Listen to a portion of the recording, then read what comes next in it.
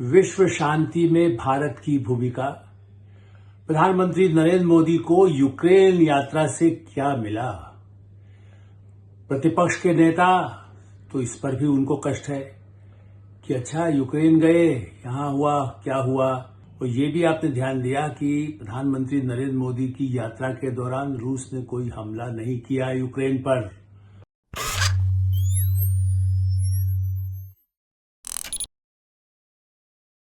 नमस्कार, मैं हूं आलोक मेहता। HSI में आपका स्वागत है। हमारा अनुरोध है कि आप HSI देखें, लाइक करें, सब्सक्राइब करें, मित्रों को, ग्रुप्स को फॉरवर्ड करें और आपकी जो राय हो उससे भी हमें अवश्य अवगत कराएं। विश्व शांति में भारत की भूमिका। प्रधानमंत्री नरेंद्र मोदी को यूक्रेन यात्रा से क्या मिला? प्रतिपक्ष के नेता तो इस पर भी उनको कष्ट है कि अच्छा यूक्रेन गए, यहां हुआ क्या हुआ, वहां शांति स्थापना क्या ज्यादा आपके लिए जरूरी है, भारत को क्या देख रहे हैं।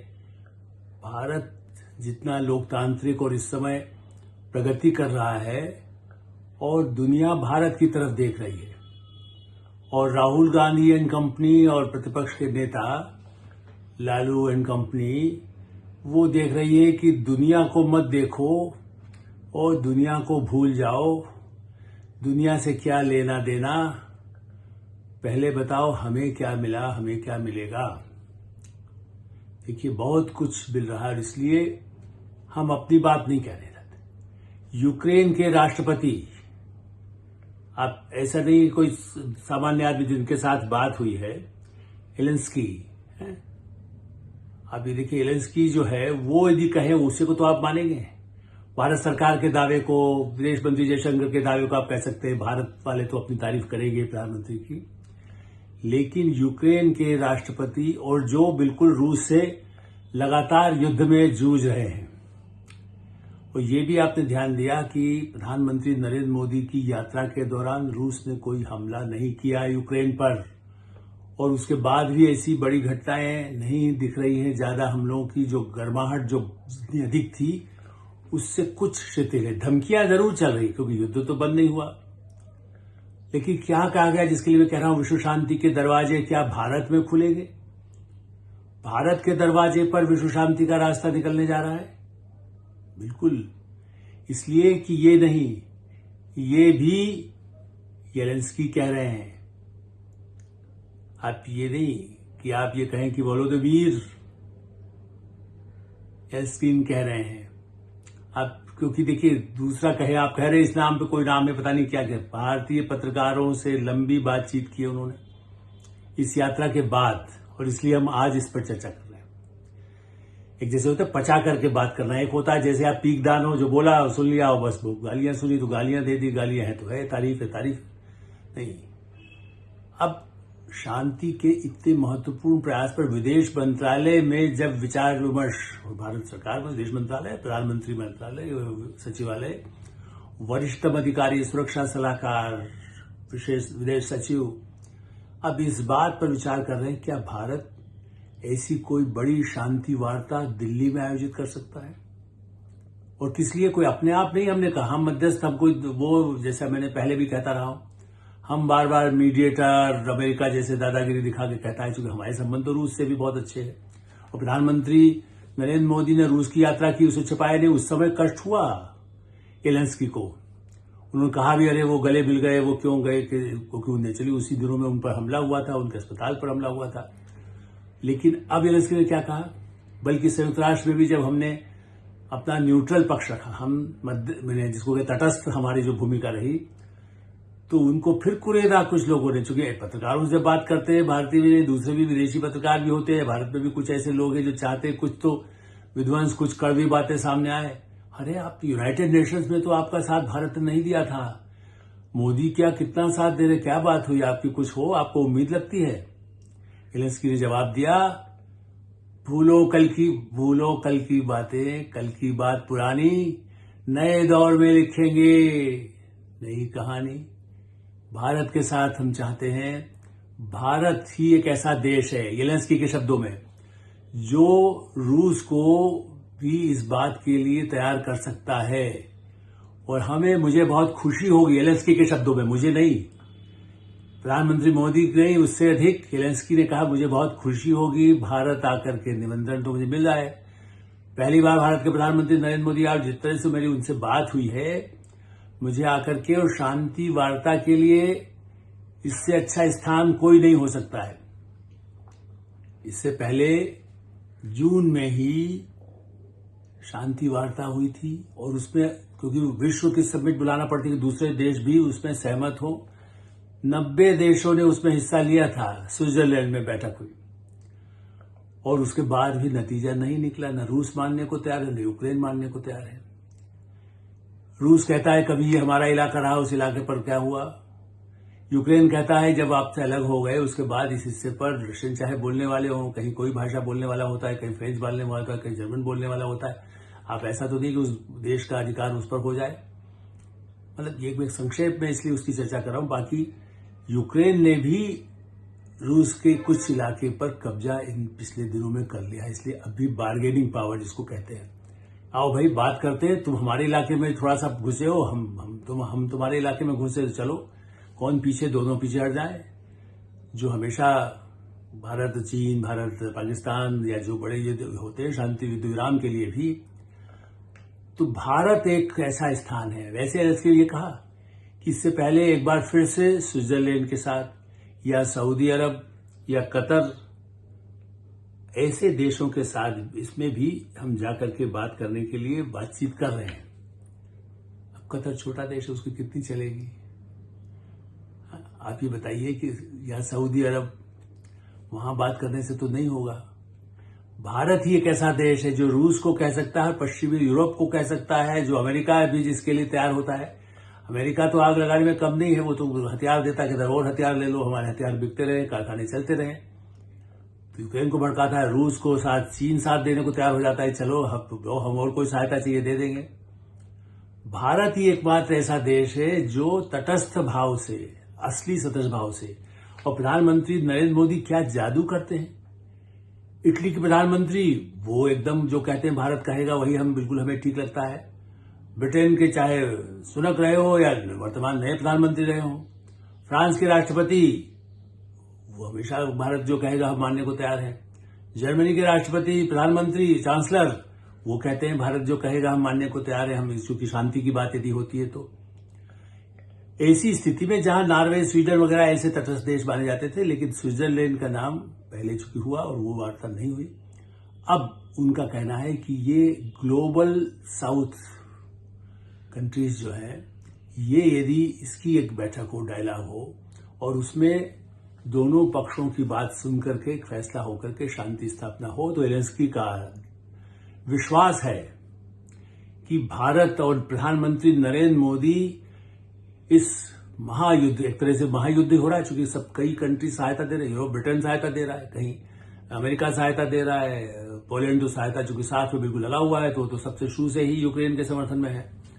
ऐसी स्थिति में पोलैंड से भी बातचीत चूंकि इसलिए प्रधानमंत्री नरेंद्र मोदी ने किया, और वहां की उस पूरी रिक्वेस्ट को लेकर के उसके क्या क्या रिपरकशंस होंगे, कौन देश इसमें सहयोग करेगा। चूंकि हम बुलाएं और वो फ्लॉप हो, ऐसा भी हम नहीं चाहते। ये ठीक है कि वो उसी दिन समझौते हो जाएंगे, हम नहीं कह रहे, लेकिन यदि उससे दोनों बात इस बात के लिए भी सहमत हो जाए कि हम बैठ कर बात कर रहे हैं और अब चलिए हम युद्ध विराम कर देंगे, उसके बाद बातचीत जारी रहेगी, इलाके का, किस इलाके पर किसका अधिकार रहेगा। जैसे भारत चीन का तो वर्षों से विचार चलता रहता है कि भाई ये सीमा में ये इतना, ये इलाका हमारा है, वो हमारा है। ऐसी दृष्टि से हम भारत चीन से भी अधिक नाजुक स्थिति, इस समय विश्व युद्ध के कगार पर भारत खड़ा है, और विश्व शांति बार बार कहा जाता है, कौन विश्व गुरु, थोड़ा सा माहौल बनाने के लगते हैं सोशल मीडिया पर।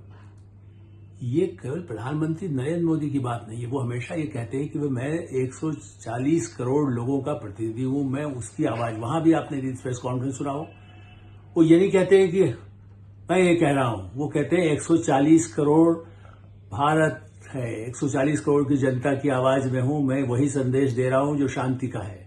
महात्मा बुद्ध का संदेश जब दुनिया में पहुंचा, महात्मा गांधी का संदेश जो पहुंचा, हम उसी के अनुयायी के रूप में आपसे चाहते हैं कि आप युद्ध को बंद करें।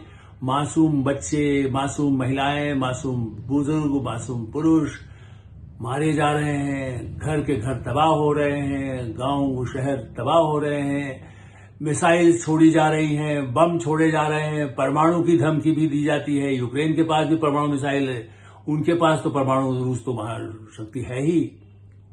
और इसमें कुछ देश केवल अपना कैसे उसमें और घी का काम करते हैं, भारत का काम घी कम। भारत का काम वहां पर एक, जैसे कहते हैं आप, एक शांति का एक हवा, नई लहर आए। इसीलिए मैंने कहा कि आप पुराने झगड़े उसको भूलें, पुराने पाप पुराने पुण्य याद करें, और जिसने जो गलती की है उसका एहसास हो।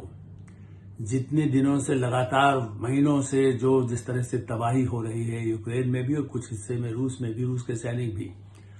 दूसरा, जेलेंस्की का क्या कहना है, हमें मालूम है भारत क्यों रूस से लड़, भड़काने वाले कहते हैं।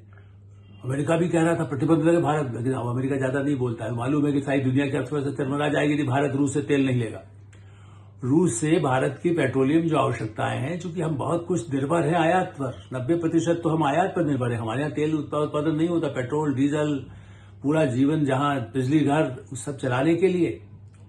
और इसलिए भारत चाहता है कि ऐसा न हो कि बात इतनी बिगड़ जाए कि न रूस से भी तेल मिलना बंद हो, दुनिया में दूसरे तेल का भाव इतना ऊंचा पहुंच जाए, जिसकी चर्चा हम पहले भी कर चुके हैं। तो यूक्रेन के साथ जो सामाजिक सांस्कृतिक आर्थिक संबंध है वो तो ठीक ही चलते रहेंगे, और देशों के साथ भी हो, जो अमेरिका यूरोप तो उसके साथ खड़ा ही रहता है।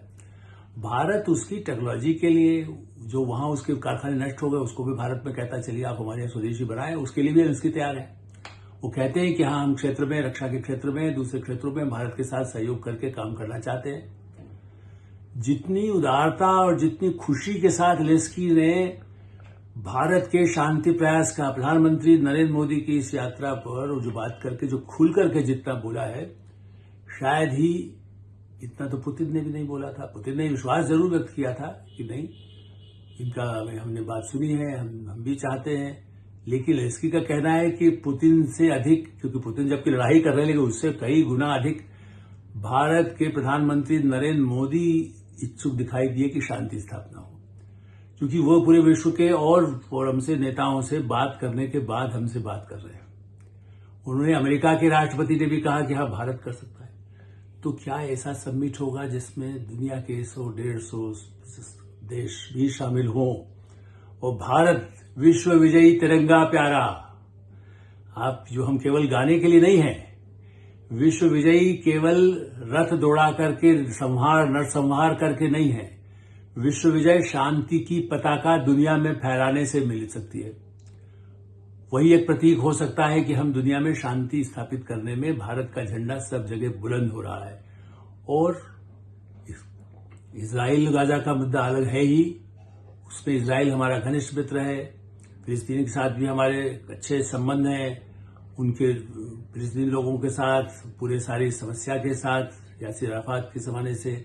लेकिन फिर भी इजराइल ज्यादा बड़ा देश, और जिस तरह की आपस में जितने लगातार युद्ध है, तो अभी उसके लिए तो अमेरिका खुद बैठा और कह रहा है कि हम उसको कर लेंगे, हम उसको दोनों को मानने को तैयार हो रहे हैं। लेकिन भारत यूक्रेन के, और चूंकि रूस सब सही माने में वो युद्ध उससे बड़ा है। जो इजराइल की स्थिति है वो क्षेत्रीय स्थिति है, लेकिन यूक्रेन और रूस की लड़ाई के पीछे चूंकि अमेरिका यूरोप खड़ा हुआ है और उधर चीन खड़ा है, तो बचा कौन? दुनिया के महाशक्ति और तबाही के लिए या दुनिया को बचाने के लिए कुछ कर सकता है तो सिर्फ भारत, और भारत के प्रधानमंत्री नरेंद्र मोदी ने जो पहल की है। रूस के बाद जाकर रूस पर गए तो देखिए यूक्रेन नाराज हो गया, यूक्रेन दुखी हो गया, यूरोप वाली नाराज है, अमेरिका नाराज है। अमेरिका धंधा कर रहा है। अभी राजनाथ सिंह रक्षा मंत्री गए, उनके साथ भी रक्षा के समझौते पर कई चर्चा हो चुकी। तो आप अपना बिजनेस करिए, उससे हम किसके साथ संबंध रखेंगे उससे नहीं। एक बात और अंत में कहूंगा, थोड़ा धीमी गति, ऐसा नहीं कि कल सम्मेलन होगा। भारत भी देख रहा है कि अमेरिका के भी चुनाव राष्ट्रपति के हो जाए भाई, थोड़ा युद्ध एक तो कुछ समय रुक जाए, लेकिन ये ऐसा सम्मेलन होना है तो ऐसा ना हो कि एक राष्ट्रपति अभी जो कोई बात करने के लिए बाइडेन कहे और वो तो चले ही जाएंगे, उनका तो अब तो लड़ने वाले भी नहीं है। अब तो जिस तरह से कमला हैरिस वहां पर है या ट्रंप होंगे, तो ट्रंप तो पहले भी दावा करते रहे कि मैं रूस के साथ ठीक कर लूंगा, चीन के साथ ठीक कर लूंगा।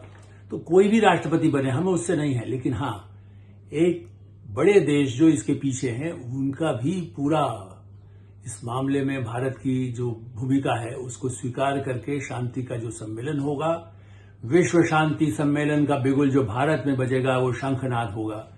वो कृष्ण का युद्ध का शंखनाद नहीं होगा, वो श्री कृष्ण का जन्माष्टमी पर जो संकल्प होता है श्री कृष्ण का, गीता का ज्ञान केवल युद्ध के लिए नहीं होता, शांति के लिए भी होता है। और इसलिए जन्माष्टमी पर शुभकामनाओं के साथ कृष्ण का गीता का ज्ञान भी हो और शांति का ज्ञान भी हो और भारत सही अर्थों में विश्व शांति के लिए भूमिका निभा सके, यही हमारी आपकी सबकी कह सकते हैं कि एक सपना है, हमारी इच्छा है, हमारी आकांक्षा है, हमारा संकल्प है कि दुनिया में शांति के लिए जो कुछ किया जा सके, भारत की जनता, भारत की सरकार उसके लिए संकल्प रहेगी। एटोसाई में हम विराम देते हैं। आप एटोसाई देखते रहें, लाइक करें, सब्सक्राइब करें, मित्रों को ग्रुप्स को फॉरवर्ड करें और जब भी आपकी कोई राय हो उससे भी हमें अवश्य अवगत कराएं। धन्यवाद, नमस्कार।